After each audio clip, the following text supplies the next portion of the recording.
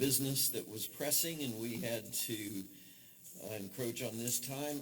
We will try to move forward, and most of you are in the work session, so you already know what we're speaking about, so we'll see. I'd like to call this meeting to order, and I don't have an agenda.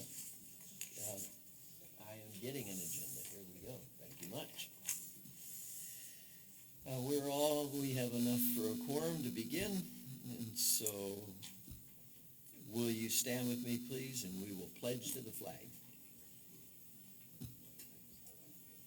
I pledge allegiance to the flag of the United States of America and to the republic for which it stands, one nation, under God, indivisible, with liberty and justice for all.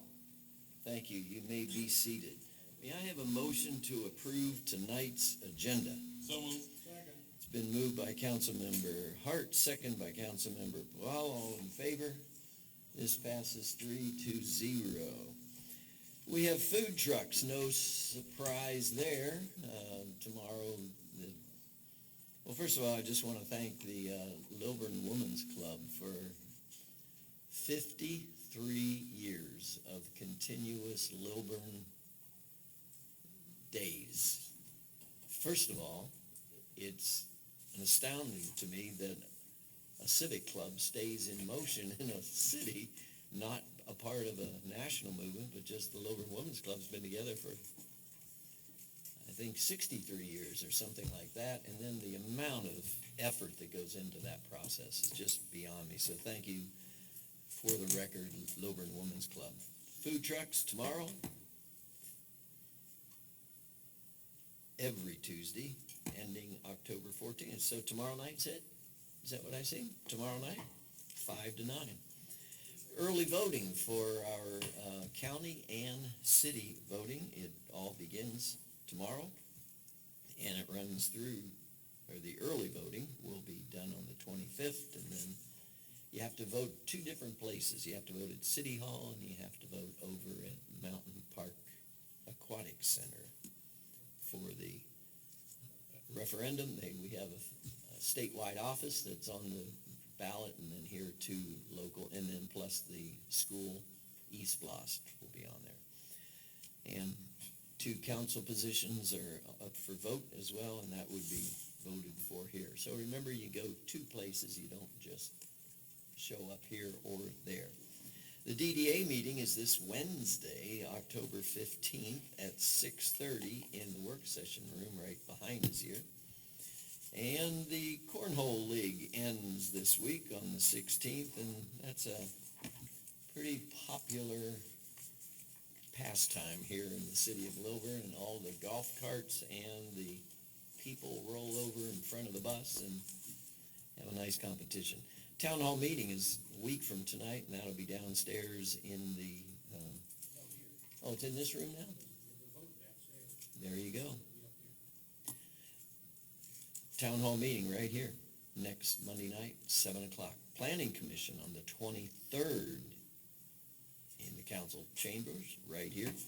Then we have a movie on the 25th in the park, and the special municipal election will be November the 4th. Do I have a motion to approve the minutes from September 8th? So moved. Second. Moved by Councilmember Puala, second by Councilmember Batterton. All in favor? That passes 4 votes to 0. Our first item on the agenda tonight is a public hearing. Number 1, a zoning action. It's a special use permit for bulk container storage on Lilburn Industrial, and we've asked if Reed would be our spokesman tonight. Good evening, Mayor and Council. SUP 2025-03 is an application by Suter Holdings to allow for bulk container storage at 4295 Lilburn Industrial Way. The bulk containers in question would be empty dumpsters and would be taken off-site for use on various construction sites or at businesses. This is an aerial of the site. There are sensitive environmental features on it. There is is a protected stream as well as floodplain, though all business activities are proposed to take outside of these areas. You can already see the defined area in which business activities will be able to take place, where all those cars are parked. The subject site fronts Lilburn Industrial Way. The property has been zoned industrial as far back as city records go and has never been properly developed. According to business licensing archives, there has been no record of a licensed business on site. The applicant is requesting a special use permit to allow bulk container storage. Staff feels, after reviewing the application in light of the standards governing the exercise of zoning power, that the applicant's request is in conformance with these standards. And given our recent approval of a bulk container storage on another property on Lilburn Industrial Way earlier this year by SUP 2025-01, we feel that this request is in line with council's current intent. Staff is recommending approval of this SUP with conditions. The conditions are to read as follows. 1, only dumpsters may be stored on the lot per the use proposed in the application.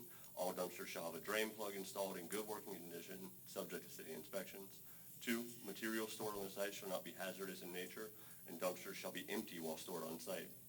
3, the site shall be developed to the standards set forth in the Lilburn Development Regulations, and all floodplain and stormwater requirements shall be met prior to occupancy to ensure protection of the stream from stormwater discharges or adverse impacts caused by development of the lot.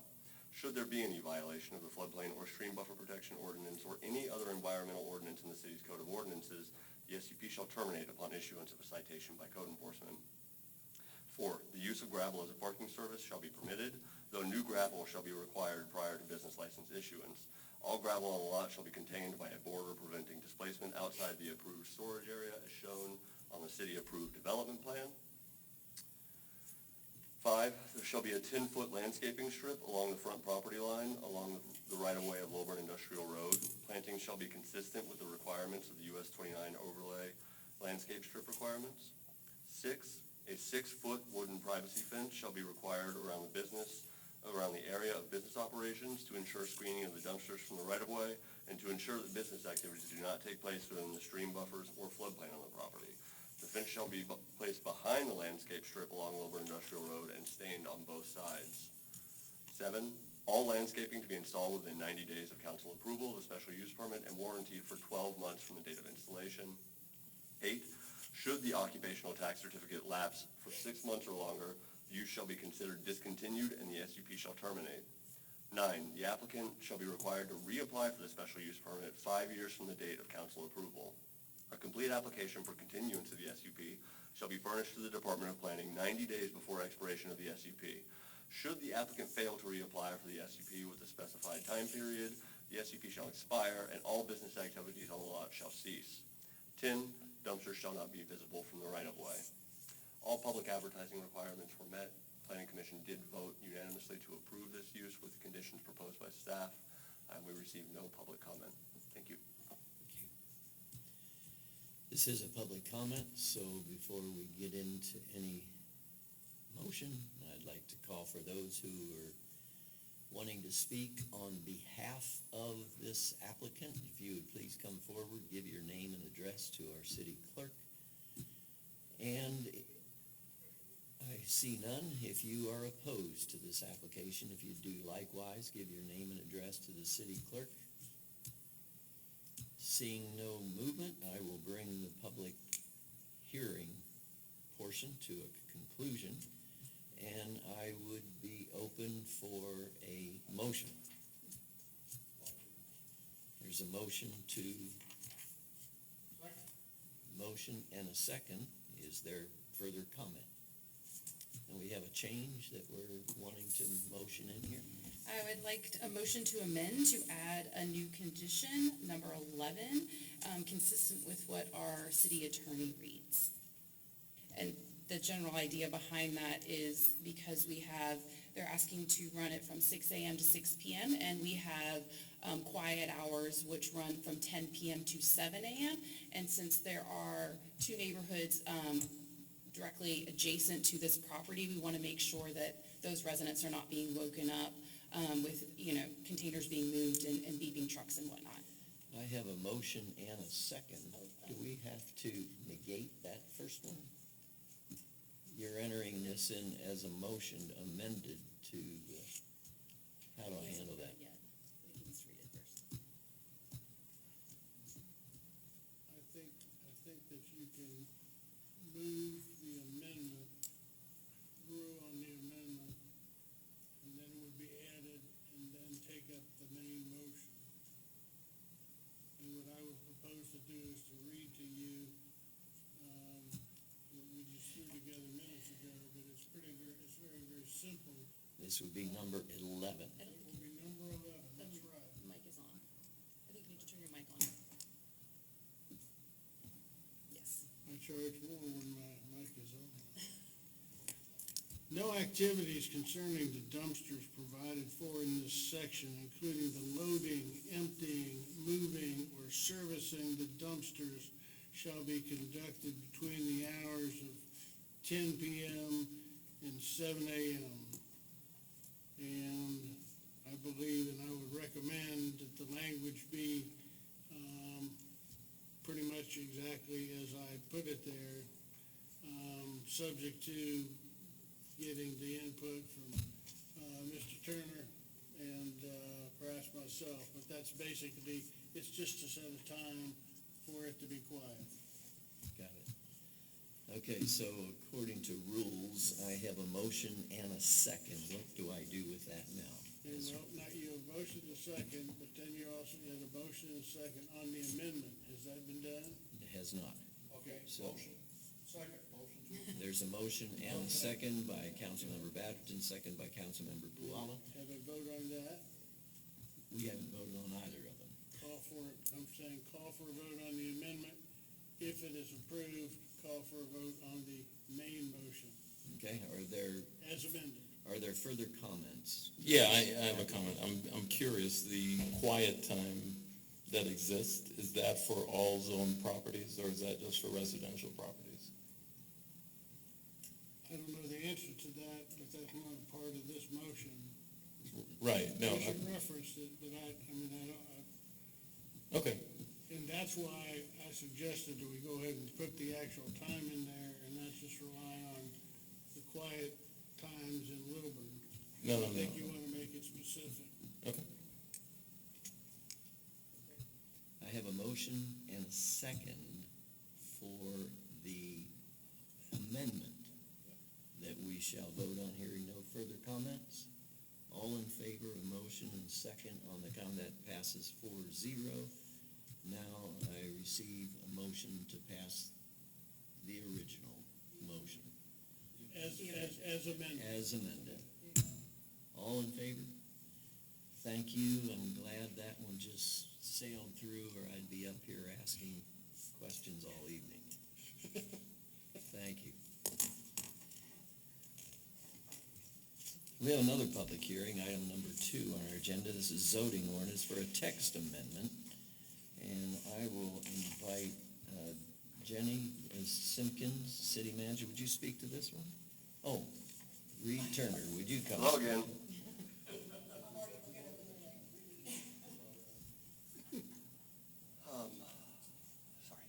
Staff is currently proposing text amendments to Article 6 and 14 pursuant to the permissions provided to us in Article 10, Section 1002, which accommodates text amendments initiated by the Planning Department, Planning Commission, or City Council. Amendments to Article 6, Section 602, the use table, provide for an update to the table of uses to add the following permitted uses covered under broader use types to better integrate use types found in our table of uses with our business licensing codes to provide consistency in uses between the two systems. The first is esthetician use added. Beauty salon and cosmetology have been added to the barbershop, hair salon use type already present in the table of uses. The janitorial/cleaning services use has been added. Personal/in-home care use has been added. And landscaping contractors has been added to the contractor's office use type, though this was already covered under the definitions, simply to add clarification for applicants. Further amendments to Article 6, Section 602, use table provide for clerical edits to the following use types to provide consistency between articles found in the zoning ordinances. Home improvement and with garden centers had an incorrect reference. Indoor recreation complex has been amended to include outdoor recreation complexes consistent with the definition in city code. Adult-oriented establishments has been amended to correct an incorrect reference to an outdated, no longer existing code section. Body piercing / tattoo shops to correct an incorrect reference to an outdated code section. Breweries and soft drink bottling to correct an incorrect reference to an outdated code section. Towing and wrecker services to remove an incorrect reference to an outdated code section. Charitable / nonprofit events to correct an incorrect reference to an outdated code section. Amendments to Article 6, Section 603, Supplemental Conditions Table, ensure consistent requirements between the Supplemental Conditions Table and the Table of Uses. Auto and truck body and heavy repair had incorrect references to what types of zoning districts it could be permissible in. Contractor's office with outdoor storage was further amended to provide consistency between the use table. Convenience food store with pumps was also amended to provide consistency between the use table. Home improvement with garden center, veterinary hospital with outdoor kennel, and office park were all amended to provide consistency between the use table and supplemental conditions table. And finally, amendments to Article 14 are intended to provide definitions for the following uses: esthetician, janitorial / cleaning services, and personal / in-home care. With the exception, none, I would like to make clear, I saw some eyebrows raised at the use types that received amendments in 602. None of the permissions have been amended. It was simply removing references to old or non-existent code sections. Again, all public advertising requirements were met, and no public comment was received. Thank you very much. Thank you. Keith, I'm the only one in the room whose computer is blinking on and off. It's the monitor. Can I turn it off somehow? Did you pay your bill? And I'll just use, or I'll be here together, and this is just a, oh, You good. said you were gonna be lengthy. Oh, there we go. Oh, Took his ball and left. that was rather annoying, so, okay. So this is a public hearing. If you have, if you would like to speak in favor of this text amendment change, would love for you to give your name and address and city residence to our clerk. Seeing none, if you have an opposition, if you oppose this particular change in the ordinance, would you make your wishes known by addressing us and give your name and address to the city clerk? Seeing none, hearing none, I bring this public hearing portion to a close, and now would be open for a motion. So moved. It's been motioned to approve by Councilmember Hart and second by Councilmember Batterton. Further comment from the council? Hearing none, all in favor? This passes 4-0. Now we'll get into our agenda. The first item of the agenda tonight is the approval of contract number 75-2025. In further consideration of our parks expansion and the use of public funds, we're asking to table this particular item tonight for further study, and we will table it till next month at this time. Would I have a motion? Move the table. Motion to table by, who was that? Councilmember Holland, second by Councilmember Batterton. Comments? All in favor? 4-0 to table. Thank you.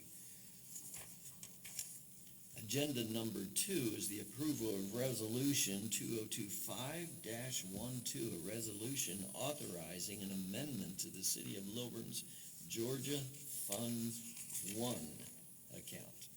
City Manager, would you give some background on this one? Mayor and council, the purpose of this agenda item is to modify our Georgia Fund 1 account, which is our savings account.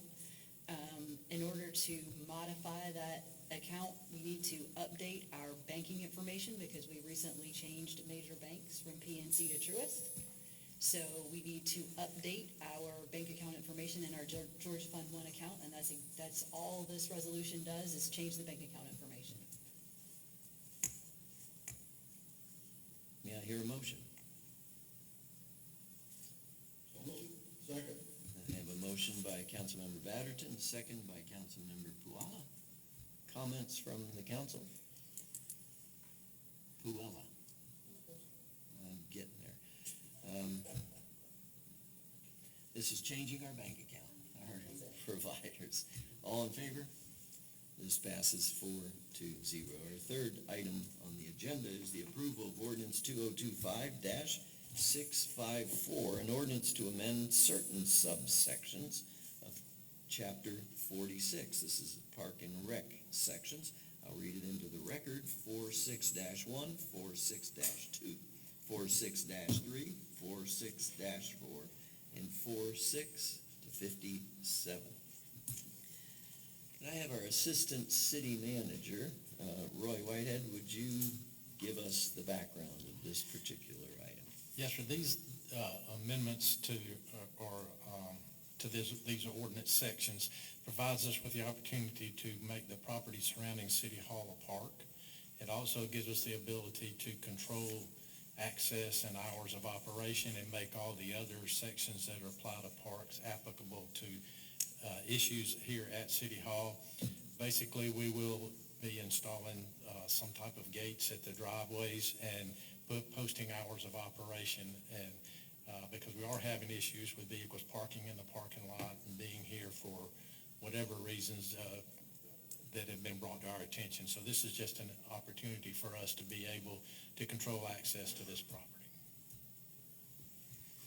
May I have a motion? What would be your wishes? Motion to approve. Second. A motion to approve by Councilmember. This is not public comment time. That's when it's called for on the agenda to be a public comment. So, motion approved and comments from City Council. Hearing none, all in favor? This passes 4-0. Thank you. Number 4 on our agenda is the approval of ordinance number 2025-658, an ordinance to amend the 24-25 budget by increasing the general fund revenue. And speaking to this would be our city manager, Jenny Simpkins. Thank you, Mayor and Council. The purpose of this agenda item, as mentioned by the mayor, is to adjust the approved general fund revenues and expenditures for fiscal year 24-25 primarily to account for a new governmental accounting standards board requirement that requires governmental entities to recognize lease-related assets and liabilities formally in the balance sheet rather than just in the notes, which we've done in prior years. So in April, the mayor and council approved a contract for $480,000 for a 5-year laptop lease. And because of that, we need to account for that correctly.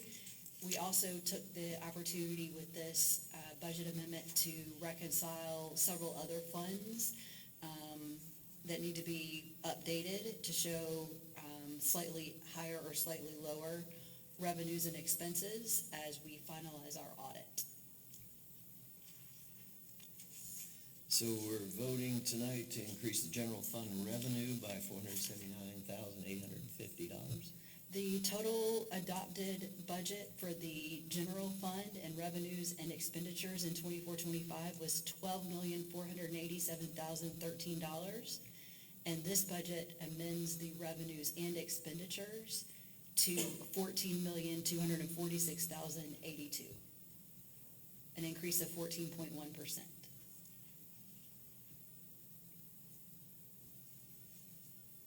There were some revenues also that increased. It wasn't only the GASB rule that changed, but we accounted for an increase, slight 7% increases in taxes, revenue, an increase in license And the and reporting, permits. the mechanism by where we report. Yes. What would be your motion? Motion to approve as presented. Second. Motion approved by Councilmember Hart, second by Councilmember Puella. Council comments. Hearing none, all in favor? This passes 4 votes to 0. Thank you. Fifth item on our agenda tonight is the approval of Resolution 2025-14, authorizing an advance payment of $2,690,000, including a loan in the amount of $966,232 to the Lilburn DDA for site improvement of the assemblage at First and Main. City Manager, would you like to comment? Sure, Mayor and Council, most of these, all of the requested advance dollars were included in your approved 5-year capital improvement plan at the beginning of this fiscal year. For the assemblage, there will be public roads and parking, as well as public parks. Those were all included in the 5-year capital improvement plan. Some of the costs were slightly higher in the bid than what was originally budgeted, but all were within a reasonable difference. The streetscape is also funded by Fund 270, which is our tax allocation district, and we had some stormwater improvements that will be funded by our stormwater user fees. So for the development of the 2.6 acres at First and Main, $1,723,768 we're requesting an advance of those funds from sales tax, from the tax allocation district, and from stormwater to develop the site of the assemblage. And then $966,232 we're requesting a loan from the city to the DDA that will be repaid when the property sells. This has been a long, arduous journey to develop the site at the corner of First Avenue and Main Street. Opposite the food trucks, the corner where all of the parking for the construction workers. So we want to activate that site now after a number of years of putting all this together. And this agenda item to approve this resolution speaks to the financial